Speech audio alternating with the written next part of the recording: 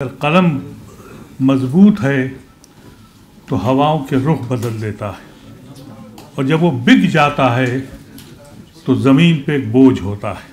آج کی صحافت اور آج کا میڈیا مہاجن کھولتا ہے دولت کمانے کے لیے۔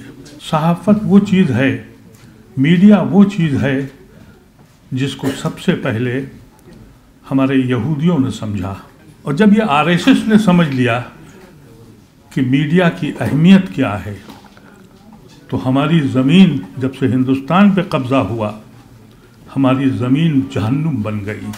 ہماری قوم خاص طور سے اس مسئلے پہ رہی کہ مسجد کی میناروں پہ لائٹیں کتنی لگائی جائیں اور شادی بیاہ میں پیسے کتنے خرچ کیے جائیں۔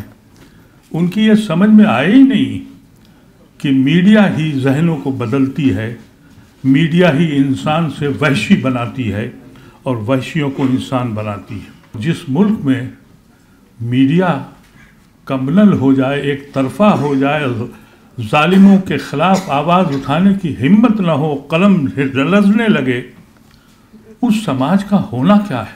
اپنی آخری عمر میں مجھے جب یہ ثابت کرنا پڑتا ہے کہ میں دیش دروہی نہیں ہوں، دیش بھکت ہوں، تو مرنے کی تمنا پیدا ہوتی ہے۔ یہ ملک قسطوں میں مر رہا ہے، یہ مر جائے گا۔ یہ کہنا غلط ہے کہ ہمارا ملک بہت کامیاب ہے، ہم تو نہیں کہہ سکتے۔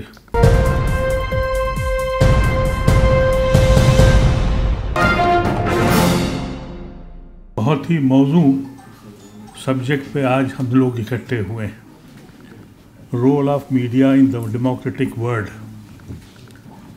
حقیقت یہ ہے کہ اگر قلم مضبوط ہے تو ہواؤں کے رخ بدل دیتا ہے، اور جب وہ بک جاتا ہے تو زمین پہ ایک بوجھ ہوتا ہے۔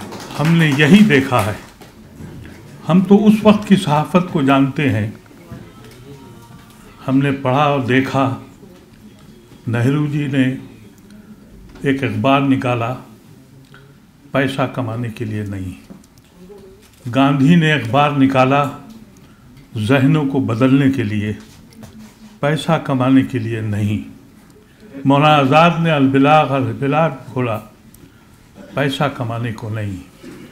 آج کی صحافت اور آج کا میڈیا مہاجن کھولتا ہے دولت کمانے کے لیے۔ تو ظاہر ہے کہ انسان کیسے سمجھ جائے کہ ہم کس ملک میں ہیں اور کہاں ہیں۔ یہ پوری دنیا کا دستور ہے۔ اردو صحافت میں آج خالد انور صاحب موجود ہیں، بہترین صحافی ہیں، ہمارا بڑا پرانا تعلق ہے۔ ملت ٹائمز نے بھی اردو صحافت کو سمجھا۔ صحافت وہ چیز ہے، میڈیا وہ چیز ہے جس کو سب سے پہلے ہمارے یہودیوں نے سمجھا۔ خلافت عثمانیہ کی تباہی کا باعث سب سے پہلے انہوں نے وہاں ایک اخبار نکالا۔ آپ کو تعجب ہوگا، اس اخبار کا نام حماس تھا، جو وہاں کی زبان ہے، اور وہاں سے انقلاب شروع کیا۔ پوری سلطنت الٹ کے رہ گئی۔ آج پوری دنیا پہ حاکم کون ہے؟ یہودی صحافت، میڈیا کے دنیا کے جو سب سے بڑے جو گروپ ہیں وہ سب یہودیوں کے پاس ہیں۔ اور جب یہ RSS نے سمجھ لیا کہ میڈیا کی اہمیت کیا ہے، تو ہماری زمین جب سے ہندوستان پہ قبضہ ہوا، ہماری زمین جہنم بن گئی۔ ہم سمجھ ہی نہیں پائے کہ میڈیا کا رول کیا ہے۔ ہماری قوم خاص طور سے اس مسئلے پہ رہی کہ مسجد کی میناروں پہ لائٹیں کتنی لگائی جائیں اور شادی بیاہ میں پیسے کتنے خرچ کیے جائیں۔ ان کی یہ سمجھ میں آئے ہی نہیں کہ میڈیا ہی ذہنوں کو بدلتی ہے، میڈیا ہی انسان سے وحشی بناتی ہے اور وحشیوں کو انسان بناتی ہے۔ یہ اتنا اہم رول ہے، اور ملت ٹائمز نے جس طریقے سے ترقی کی ہے اس ملک میں، جب پیسہ کمانے والے، جب یہ الیکٹرانک میڈیا آیا جس کو ہم لوگ مختلف ناموں سے پکارتے ہیں، یہ کس کے پاس ہے؟ ان تاجروں کے پاس ہے جنہوں نے دولت کمانے کا دستور بنا لیا ہے۔ ان کو لگا کہ یہ اخبارات اور یہ چینل ہم اپنی دولت کے سہارے قبضہ کر لیں گے. ان کو یہ سمجھ میں نہیں آیا ہندوستان کے ہمارے بھائیوں کو، اور جس طرح کا ماحول تیار ہوا.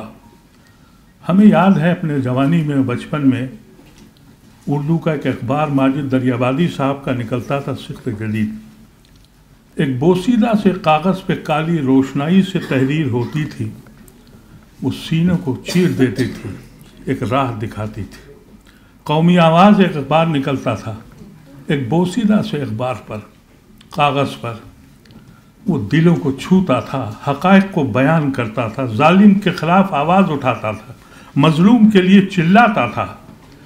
آج کئی کلر کے اخبارات نکلتے ہیں، بڑے بڑے اشتہارات کے ساتھ نکلتے ہیں. ان کا اثر جو اس زمین پر، اس سماج پر پڑا ہے، اس کی ہم نے توجہ ہی نہیں کی. ہم نے سوچا ہی نہیں کہ ہم جا کہاں رہیں. اور جس ملک میں میڈیا کمبنل ہو جائے، ایک طرفہ ہو جائے، ظالموں کے خلاف آواز اٹھانے کی ہمت نہ ہو، قلم لرزنے لگے، اس سماج کا ہونا کیا ہے سلامت ہیں. ابھی بہت سے لوگ ہیں، ہماری یہ بہن بیٹھی ہوئی ہیں، آپ سب لوگ جو یہاں موجود ہیں، یقینی دور میں آپ کے سینے میں درد اٹھتا ہے جب آپ یہاں آئے ہیں. اور یہ آخری لڑائی ہے. اور یہ کہنا کہ ہم بہت اچھے ہیں، میں بالکل مولانا امیر جماعت کی بات سے متفق ہوں. کم سے کم میں نے تو اپنی زندگی میں یہ تصور بھی نہیں کیا تھا کہ یہاں سچ کہنے والے لوگ خاموش ہو جائیں گے، چپکی لگ جائے گی ان کو دکھائی نہیں پڑے گا، مظلوموں کے آنسو نہیں دکھائی پڑیں گے، ان کے سینے میں درد نہیں اٹھے گا. جب انسان لنچ ہوگا، اس کے گھر میں جا کے یہ کہا جائے گا کہ تم نے کھایا کیا ہے، اخبار چھاپنے کو تیار نہیں. حقیقت یہ ہے کہ جو ابھی بیان کیا گیا، وہ فلم ایکٹر جس کے اوپر اٹیک ہوا ہے، وہ ہیٹ کرائم ہے. کہنے کی ہمت نہیں ہے کسی میں. میں سمجھتا ہوں اس وقت ایک جو سوشل میڈیا پہ جو کام ہو رہا ہے، آپ لوگ کام کر رہے ہیں اس لیے نہیں، اس کی دوسری طرف ایک آندھی وہ لوگ بھی کر رہے ہیں. میں کل لکھنؤ سے آیا، میرے جہاز میں بغل میں ایک میری عمر کے آس پاس کے ایک صاحب بیٹھے تھے. ان کو کہیں سے پتہ لگا کہ شاید میں کبھی سیاسی رہا ہوں، تو انہوں نے بیٹھتے کے ساتھ ہی راہل گاندھی، اندرا گاندھی اور سونیا گاندھی اور جتنے ہیں سب کو برا بھلا کہنا کیا. میں نے کہا ٹھیک ہے آپ جو کہیں.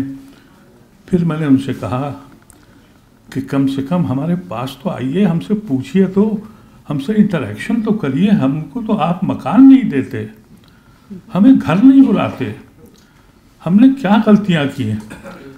تو انہوں نے کہا کہ صاحب ایسا ہے کہ ہم لوگ مسلمانوں کو دیتے تو ہیں. غازی آباد میں آپ کو میں قصہ بتاتا ہوں. میں نے کہا بتائیے. کہنے صاحب ہمارے ایک دوست نے ایک مسلمان عورت کو اپنا ملازم رکھا تھا اور وہ کھانا پکاتی تھی، اور کہنے کہ جب وہ آٹا گونجتی تھی تو اس میں اپنا پیشاب ڈال دیتی تھی. میں نے کہا خدا کا خوف، ڈریے. کہا نہیں صاحب میڈیا میں ہے، دیکھیے آپ، یہ تصور کیجئے آپ.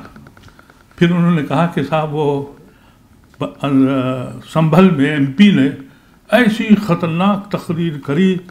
میں نے کہا بھائی وہاں جو فساد ہوا وہ ایم پی تو میرے ساتھ بنگلور میں تھا پرسنل لا بورڈ کی میٹنگ میں، اور میں نے اسے واپس بھیجا، اپنی گاڑی کا انتظام کیا کہ ایئرپورٹ جاؤ وہاں دنگا ہو گیا ہے. کہنے کہ نہیں صاحب آپ کو پتہ نہیں ہے، ایک رات پہلے اس نے. میں نے کہا پھر آپ نے یہ بھی دیکھا ہوگا کہ وہاں ایک جلوس گیا، دوسرے دن اس نے گالیاں بکیں، وہاں ہنگامہ کیا کہا. ایسا کبھی نہیں ہوا. اس میڈیا سے آپ کو لڑنا ہے جو بیٹھے بیٹھے بناتے ہیں. اور یہ سوشل میڈیا، اس نے ایک ایسا ذہن تیار کیا ہے کہ وہ گناہ ہو گیا ہے. اب میں اس عمر میں، اپنی آخری عمر میں، مجھے جب یہ ثابت کرنا پڑتا ہے کہ میں دیش دروہی نہیں ہوں، دیش بھکت ہوں، تو مرنے کی تمنا پیدا ہوتی ہے. اس ملک میں جس نے ہم نے پوری دنیا کو ٹھکرایا، میرے بزرگوں نے اپنے خاندان کو بانٹ دیا، اس سے پوچھا جاتا ہے کہ تم ہو ہندوستانی، تم ہو دیش بھکت. اور یہ صرف اور صرف رول جو سوشل میڈیا کا ہے. آپ چند لوگ ہیں جو لڑ رہے ہیں، میں دیکھ رہا ہوں اس میں بہت سے ایسے لوگ ہیں جو آج بھی لڑ رہے ہیں، ان پہ بھی مقدمے ہیں. میں بھی 2 FIR جھیل چکا ہوں 153 کی. لیکن جب ایک انسان تیار ہو جائے، اور صحافت وہ ہے جیسا ابھی کہا گیا کہ حماس میں اور فلسطین میں جو اس وقت جو صحافی کام کر رہے ہیں، وہ نشانی ہے صحافت کی، وہ نشانی ہے ان لوگوں کی جو دنیا میں آج کے دور میں دکھائی نہیں پڑتی. اور وہی زبان ہم کو اس ملک میں لانی پڑے گی. اگر ہم اس کے لیے تیار نہیں ہیں تو یہ ملک قسطوں میں مر رہا ہے، یہ مر جائے گا. یہ کہنا غلط ہے کہ ہمارا ملک بہت کامیاب ہے.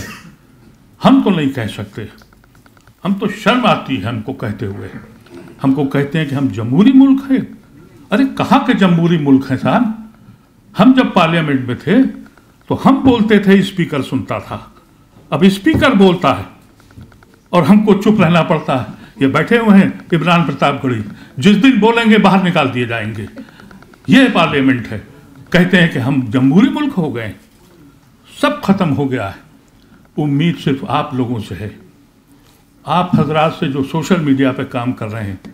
صرف آپ کو صرف ہم سے یا اپنی آواز پہنچانے کی ضرورت نہیں ہے، لیکن آپ سے بڑے بھی لوگ ہیں جو اس طرح کا زہر بو رہے ہیں، انسان کو انسان سے لڑا رہے ہیں، جھوٹی خبریں چھاپتے ہیں اور اس طریقے سے نکالتے ہیں کہ ان کے ذہنوں میں کچھ اور رہ نہیں گیا ہے.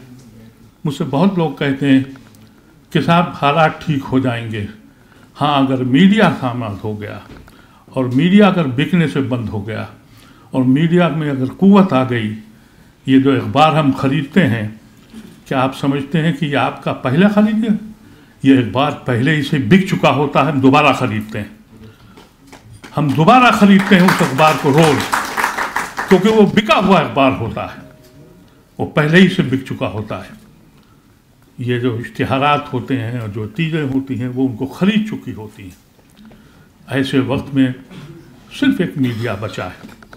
جب آپ مضبوط ہوں گے، وہ جوڈیشری جو سب کچھ کہنے کے بعد حق بات بولتی تو ہے، لیکن جب لکھنے جاتی ہے تو ہاتھ اس کے لرزتے ہیں.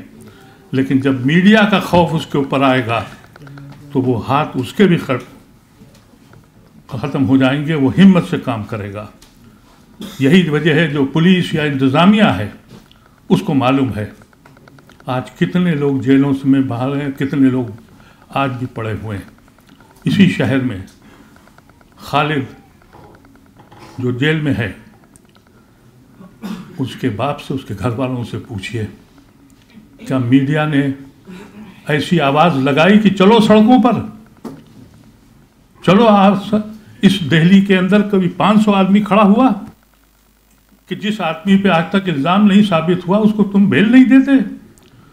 لیکن ہم کیسے کریں؟ میں اگر بولوں گا تو میری گھر کی دیواریں آواز سن لیں گی، لیکن جب آپ بولیں گے تو دنیا سنے گی. جب آپ بولیں گے تو لوگوں میں سوئے ہوئے لوگوں کے دلوں میں جنبش پیدا ہوگی اور وہ پھر ایک تحریک کی شکل بنے گی. انقلاب لانے کا ذریعہ صرف میڈیا ہے.